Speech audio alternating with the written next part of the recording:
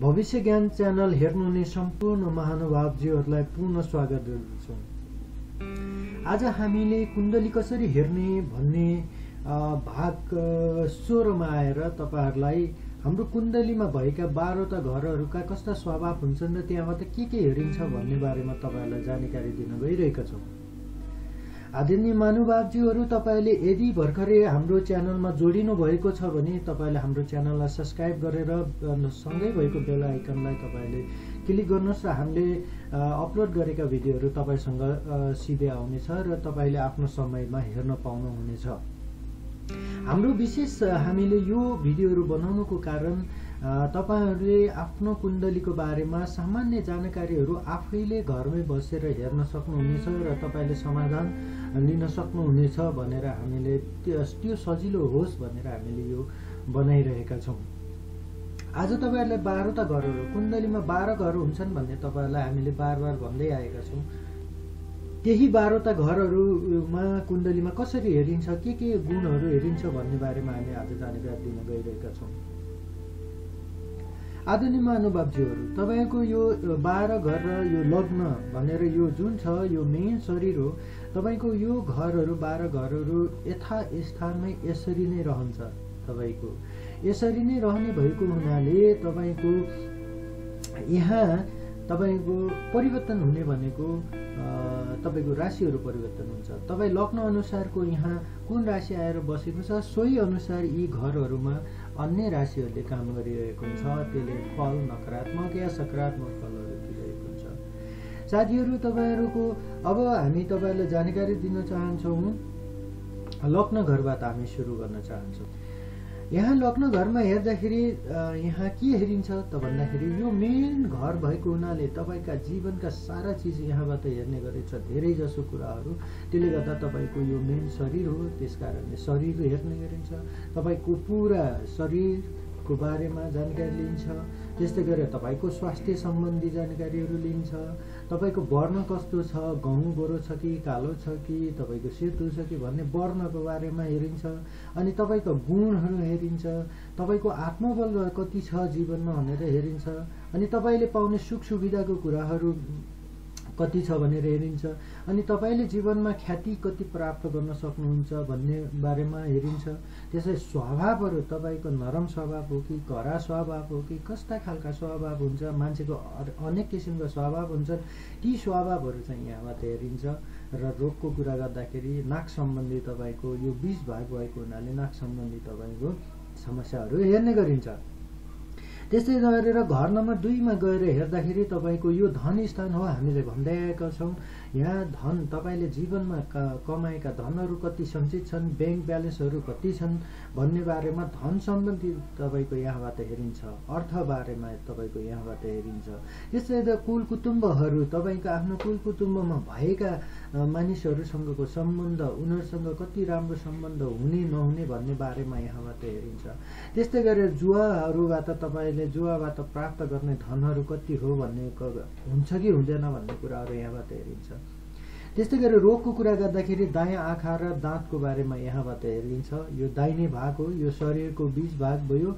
यो यतापट्टि दायाँ हुन्छ, यता बायाँ हुन्छ र दायाँपट्टिका जति पनि चाहिँ समस्याहरु हुन्छन् यताबाट हेर्ने गरिन्छ रोगको बारेमा। अब घर नम्बर 3 हाउस नम्बर 3 मा हेर्दाखेरि यहाँबाट हेर्ने भनेको भाइ बहिनीसँग साहस तपाई कति छ, पराक्रम अनि छोटा यात्राहरु हुन्छन् कि हुँदैनन्। अनि दाहिने कान र गर्दनको बारेमा तपाईको यहाँबाट हेर्ने गरिन्छ। यो 3 नम्बर घर भनेको यो परिश्रम गर्ने अत्यन्त परिश्रमी घर भएको हुनाले तपाईले परिश्रम गरे बापत तपाईले कति साहस गर्न सक्नुहुन्छ र कति परिश्रम गर्न सक्नुहुन्छ र त्यो परिश्रम गरेको फल आउँछ कि आउँदैन भन्ने कुराहरु चाहिँ यहाँबाट हेर्ने गरिन्छ। त्यस्तै गरेर घर नम्बर 4 छ। यहाँ घर नम्बर 4 मा यो माताको घर हो, यो आमाको घर भएको हुनाले यहाँबाट हेर्ने भनेको तपाईको सुख सुविधा, आमाको घर भएको हुनाले यहाँबाट चाहिँ सुख सुविधाको कुराहरु हुन्छ। वाहनहरु पहिला घोडा हात्ती भन्ने थियो, अहिले चाहिँ तपाईको बाइकहरु कारहरु जो सुविधा आइरहेको छ समय अनुसार हेर्नुपर्ने हुन्छ है कुण्डलीलाई चाहिँ। त्यही चीजहरु अहिले चाहिँ नि फरक किसिमले आइरहेको छ। त्यसले गर्दाखेरि ती सुख सुविधा तपाईँले ती वाहनहरू पाउनुहुन्छ हुन्न भन्ने कुराहरू त्यो कुरा छ। त्यस्तै घर घडेरी तपाईँले जोड्न सक्नुहुन्छ भने उमेरका कति चाहिँ समयहरूमा तपाईँले जोड्ने हो त्यो कुराहरू हेर्ने कुराहरू हो। अनि सुख सुविधामा कति बस्न सक्नुहुन्छ, तपाईँको जीवनमा कति सुख छ, कति सुविधा युक्त तरिकाले जीवन बिताउनुहुन्छ भन्ने बारेमा हेरिन्छ भने रोगमा छाती, फेफडा अनि त्यसपछि दिल अथवा मुटु सम्बन्धी कुराहरू यहाँबाट हेर्ने गरिन्छ। अनि तपाईको 5औं नम्बर घर गइसकेपछि यो तपाईको लग्न कुण्डलीको मित्र घर पनि भएको हुनाले यहाँ बस्ने राशिको मित्रदेव हुन्छ र मित्रदेवले पनि तपाईको लग्नले जतिकै तपाईले चाहिँ सकारात्मक दिने कोसिस गर्दछ, यसका चाहिँ दृष्टिहरू जहाँ जहाँ पर्दछन् त्यहाँ त्यहाँ चाहिँ उसले सकारात्मक दिने गर्ने कोसिस गर्दछ उसको भ्याएसम्मको। र यहाँबाट हेर्ने भनेको तपाईको विद्या, तपाईको शिक्षाहरू भयो। अनि सन्तानमा पनि पहिलो सन्तान कस्तो हुने, छोरा हुने छोरी हुने भनेर हेर्ने चलन छ त्यो कुराहरू। अनि त्यस्तै गरेर माया प्रेमका कुराहरू चाहिँ यहाँबाट हेर्ने गरिन्छ भने पेट सम्बन्धी समस्याहरू तपाईको अनि त्यसपछि गर्भवतन सम्बन्धी समस्याहरू चाहिँ यहाँबाट हेर्ने गरिन्छ। त्यस्तै गरेर महानुभावजीहरू हामी 6औं घरमा गयौँ भने यहाँ 6औं घरमा हेर्ने भनेको तपाईको रोग, ऋण, शत्रु, दुर्घटना, प्रतिस्पर्धा, लामो बिरामीको बारेमा हेरिन्छ। मैले तपाईलाई भन्दै आएको छु कुण्डलीमा 6औं, 8औं र 12औं घर भनेको तपाईको अलिकति नराम्रो घर भनेर बुझिन्छ। त्यसले गर्दाखेरि यहाँ 6औं घरमा हेर्दाखेरि तपाईको कति रोग छ भन्ने कुरा, रोगले कति गाँच्छ तपाईलाई भन्ने कुरा, ऋण कतिसम्म तपाईलाई ऋणले गाँच्छ भन्ने कुराहरू, तपाईको पछाडि कति शत्रु छन् भन्ने कुराहरू, अनि तपाईको जीवनमा हुने दुर्घटनाहरू, साना ठुला दुर्घटनाहरूको बारेमा यहाँबाट हेरिन्छ। र प्रतिस्पर्धा फेरि यो सबै फेरि नराम्रो घर हो भन्दैमा सबै नराम्रै दिन्छ भन्ने होइन, तर यहाँ चाहिँ नि सही तरिकाले सही राशि बसेको छ भने फेरि तपाईलाई सकारात्मक पनि दिन्छ। जस्तो यो 6औं घरमा तपाईको राम्रो ग्रह आएर बस्यो र त्यो ग्रहले तपाईलाई चाहिँ नि सकारात्मक चाहिँ नि फल दिनेवाला छ भने तपाईले यहाँबाट प्राप्त गर्न सक्नुहुन्छ फल प्राप्त गर्ने। जस्तो तपाईले सरकारी जागिरमा तपाईँ प्रतिस्पर्धा गर्दै हुनुहुन्छ अथवा ठुल्ठुला प्रतियोगिताहरूमा प्रतिस्पर्धा गर्दै हुनुहुन्छ भने त्यहाँबाट सफल हुनुहुन्छ कि हुनुहुन्न भन्ने कुरा चाहिँ यहाँबाट निर्धारण गरिन्छ 6औं घरबाट।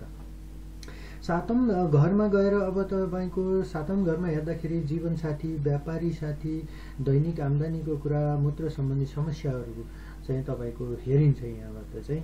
र विशेष गरेर जीवनसाथी, व्यापारिक पार्टनरको बारेमा नै बढी हेर्ने गरिन्छ र दैनिक आम्दानी त नर्मली चलि नै रहेकै हुन्छ। र जीवनसाथी कस्तो हुने तपाईले सुन्नुभएको छ, तिम्रो 3वटा चाहिँ श्रीमतीको जोग छ, अर्थात् केटी मान्छे हो भने तिम्रो यो केटासँग चाहिँ नि अब घरबार हुँदैन, अर्कोसँग बिहे हुन्छ, यस्ता कुराहरू चाहिँ यहाँबाट हेर्छ। अर्थात् जीवन राम्रोसँग जान्छ, अर्थात् तपाईको एउटै बिहे भए पनि तपाईको जीवनमा जीवनसाथीसँग कति राम्रो चाहिँ सम्बन्ध हुन्छ हैन, कति राम्रो सम्बन्धका साथ बित्छ भन्ने कुराहरू चाहिँ यहाँबाट निर्धारण गरिन्छ। अनि व्यापारी साथीहरू, पार्टनर, बिजनेस पार्टनरको बारेमा यहाँ हेरिन्छ। तपाईँ हामीले बिजनेस गरेका छौँ, सानोतिनो बिजनेस पार्टनरमा गर्छौँ, फल भएन भन्छौँ, हामी दिगदारी गर्छौँ हैन, मलाई धोका दियो भन्छ। अब कतिलाई चाहिँ पार्टनरबाट एकदम राम्रो भएर गएको हुन्छ, आम्दानी भएको हुन्छ, यसरी हैन, त्यो कुराहरू चाहिँ यहाँबाट निर्धारण गरिन्छ। तपाईको जीवनमा कुनै पनि काम पार्टनरमा गर्दाखेरि तपाईलाई त्यो सुख छ कि अशुभ छ भन्ने कुरा चाहिँ यहाँबाट गरिन्छ। त्यस्तै गरेर मूत्रसङ्घीय समस्याहरू हुन्छ मानिसहरूलाई, त्यो पनि समस्या छ कि छैन, आउँछ कि आउँदैन भन्ने कुरा पनि यहाँबाट निर्धारण गरिन्छ। त्यस्तै गरेर तपाईको अर्को छ 8औं नम्बरको घर। यो 8औं नम्बरको घर पनि एउटा गहिरो खोजको घर हो। तपाईले विशेष गरेर साइन्स पढ्नेहरू अनि ठुल्ठुला खोज गर्नेहरूको लागि हो। तपाईको यो घरमा राम्रो गरेर आएर बस्यो भने तपाईले गहिरो खोजतिर जानुहुनेछ र तपाईले त्यसको फल पाउनुहुनेछ हैन। यदि तपाईले चाहिँ कोसिस त गर्नुभयो तर तपाईको यो घरमा नराम्रो चाहिँ गराएर बसेको छ भने तपाईको सबै व्यर्थ हुन्छ। यो कुराहरू यहाँबाट निर्धारण हुन्छ। मृत्युका कुराहरू, तपाईँ अल्प आयु भएका हो कि दीर्घ आयु भएका हो कि के कस्ता हो भन्ने कुराहरू, र जीवनमा यदि नकारात्मक चाहिँ तपाईको यहाँ राशि आएर बस्यो भने तपाईलाई पर्ने मृत्यु तुल्य कष्ट पनि यहाँबाट हुन्छ। तपाईँलाई त्यो कुराहरू यहाँबाट हेरिन्छ। अनि गुप्ताङ्ग सम्बन्धी रोगहरू कष्टहरूको बारेमा यहाँबाट हेरिन्छ 8औं घरबाट। त्यस्तै गरेर 9औं घरमा गएर तपाईँ हामीले हेर्ने भनेको धर्म कर्म भाग्य विदेश यात्रा।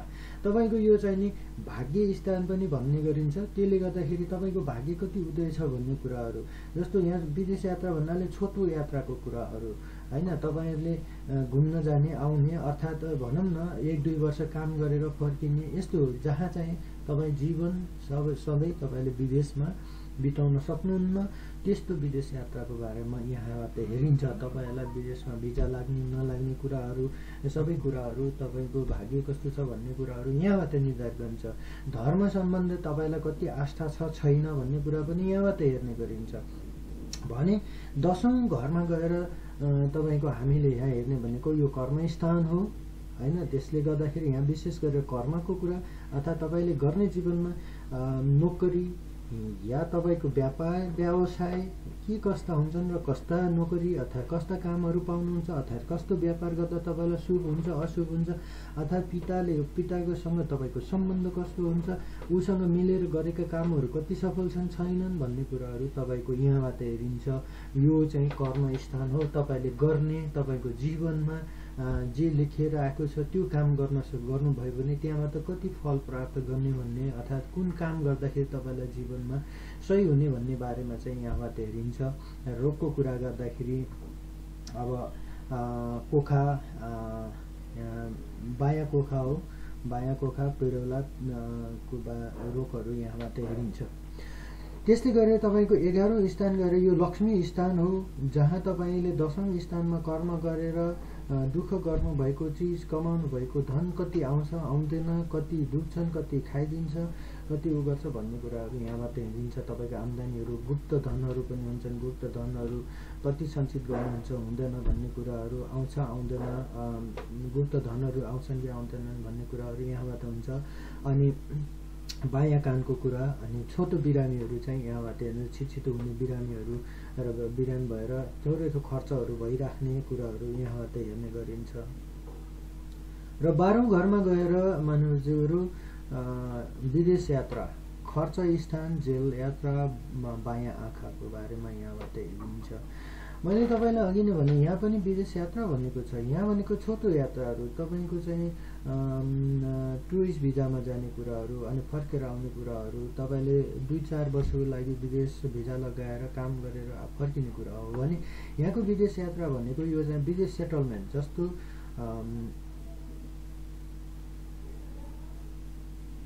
जस्तो तपाईँको विदेश यहाँको 12औं स्थानको विदेश यात्रा भनेको तपाईँले कसैले पनि मलाई विदेशमा पिआर लिएर बस्न सक्छु कि सक्दैन, अर्थात् मलाई डिभी पर्छ कि पर्दैन, यो यस्तो खालको विदेश यात्रा हो। जो तपाईँ विदेश गएर डिभी परेर तपाईँ अमेरिका गएर बस्ने हो कि होइन, अर्थात् क्यानाडा गएर तपाईँ अब पिआर भएर बस्ने हो कि होइन, युरोपमा गएर यी कुराहरू चाहिँ तपाईँको जीवनमा लेखा छ कि छैन भन्ने कुरा चाहिँ यहाँबाट निर्धारण हुन्छ। र यहाँ यदि तपाईँलाई लेखेको छ भने त्यो जीवनमा एक दिन पुरा हुन्छ। र यो खर्च स्थान पनि हो। र जेल यात्राको कुराहरू यदि यो त्यो ठाउँमा नराम्रो गरेर आएर बसेको छ भने तपाईँलाई कुनै न कुनै काण्डहरूमा फसाएर त्यो गरेरले फसाएर तपाईँलाई जेल यात्रा चाहिँ लैजान्छ। त्यो जेल यात्रा पनि यो छोटो खालको होइन, लामो खालको, जस्तो तपाईँले कसैको हत्या गर्ने कुराहरू, कसैको हत्या गरेर तपाईँले जेल जाने कुराहरू होइन, विभिन्न ठुल्ठुला लागु औषधहरूमा जेल जाने कुराहरू चाहिँ यहाँबाट निर्धारण गरिन्छ। र रोगको कुरा गर्दा बायाँ आँखाको चाहिँ रोग सम्बन्धी यहाँबाट हेरिन्छ। र महानुभावजीहरू यसरी 12वटा ग्रहहरू यी घरहरू कहिले पनि परिवर्तन हुँदैनन् र यहाँका राशिहरू चाहिँ नि परिवर्तन हुन्छ भनेर मैले बारम्बार भनेको छु। हामीले नर्मली जान्नुपर्ने कुराहरू यो हो। यहाँ कुन राशि आएर बसेको छ, जस्तो लग्नमा के राशि आएर बसेको उसको स्वामी के हो र उसले उसको कस्तो खालको शरीरको स्वभाव वर्ण हुन्छ। जस्तो शनि आएर बस्यो भने शनिको वर्ण के भने कालो वर्णका हुनुभयो होइन, तपाईँलाई सामान्य कुराहरू। अनि स्वास्थ्यको कुरा त्यही अनुसारले चाहिँ हुन्छ। अनि दुःख सुख कसरी भोग गर्नुहुन्छ भन्ने कुराहरू यहाँबाट निर्धारण गरिन्छ र यसरी 12वटा घरहरू कहिले परिवर्तन हुन्नन्। यहाँ भएका लग्न कुण्डली अनुसार राशिहरू परिवर्तन हुन्छन् र ती राशिहरूले आफ्नो समयमा महादशा अन्तर्दशाहरू तपाईँको चलिराख्दाखेरि होइन तपाईँले भोग्नुपर्ने प्राप्त गर्ने चाहिने फलहरू चाहिँ तपाईँको यसरी हेर्दै गइन्छ र यसमा अझै धेरैहरू छन् र धेरै कुराहरू हेरिन्छ। त्यसको बारेमा फेरि पनि हामी जानकारी अझै राम्रोसँग दिने कोसिस गर्नेछौँ। आजको यो भिडियोबाट तपाईँहरूले पक्कै पनि अलिकति सहज तरिकाले कुण्डलीमा कुन घरबाट कसरी के हेरिँदैछ त्यो के छ भन्ने बारेमा तपाईँहरूले पक्कै पनि जान्नुभयो। यदि तपाईँहरू अहिले जोड्नु भएको छ भने योभन्दा अगाडिको डाइरेक्ट यहाँ आउनुभएको छ भने अगाडिका भिडियोहरू तपाईँले हेर्नुहोस्। तपाईँले सुरु नै भाग 1बाट हेर्दै आउनुहोस्। तपाईँहरूले कुण्डली पक्कै पनि आजसम्म यो भागसम्म आउँदाखेरि नर्मली कुण्डली आफैले हेर्न सक्ने हुनुभएको छ, जसले फ्लो गर्नुभएको छ। तपाईँलाई अब चाहिँ नि कुनै पनि ज्योतिष या कसैकोमा पनि गएर तपाईँले मलाई यस्तो दुःख पर्यो भन्ने चाहिँ नि अब के गर्ने होला भन्ने कुरामा चाहिँ तपाईँ कन्फ्युज हुनु पर्दैन। नर्मली तपाईँको यो गरेर त चल्या रहेछ, मलाई यसले यस्तो प्रभाव पार्छ भन्ने कुराहरू तपाईँले बुझ्न सक्नुहुन्छ। र अब यस उपरान्त अझै राम्रा कुराहरू तपाईँले कुन ग्रहमा कुन चाहिँ रत्नहरू धारण गर्ने, अनि जपहरू कसरी गर्ने, आफैले घरमा बसेर कसरी गर्ने, पूजापाठ कसरी गर्ने, के दान दक्षिणाहरू गर्ने भन्ने बारेमा पनि मैले तपाईँहरूलाई जानकारी दिँदै जानेछु। त्यसको लागि तपाईँहरूले सब्सक्राइब गर्नुहोस्, लाइक गर्नुहोस्, सेयर गर्नुहोस्, धेरैभन्दा धेरै तपाईँहरूले माया दिनुहोस्। जसरी आजसम्म दिनुभएको छ अझै धेरै माया दिनुहोस्। तपाईँहरूलाई अझै राम्रोसँग बुझाउने कोसिस हुनेछ, अझै राम्रो तरिकाले हामीले प्रस्तुति दिने कोसिस गर्नेछौँ भन्दै आजलाई बिदा हुन चाहन्छु। सकारात्मक हुनुहोस्, सकारात्मक सोचका साथ अगाडि बढ्नुहोस्, जीवन सफल हुन्छ भन्दै बिदा हुन चाहन्छु। धन्यवाद।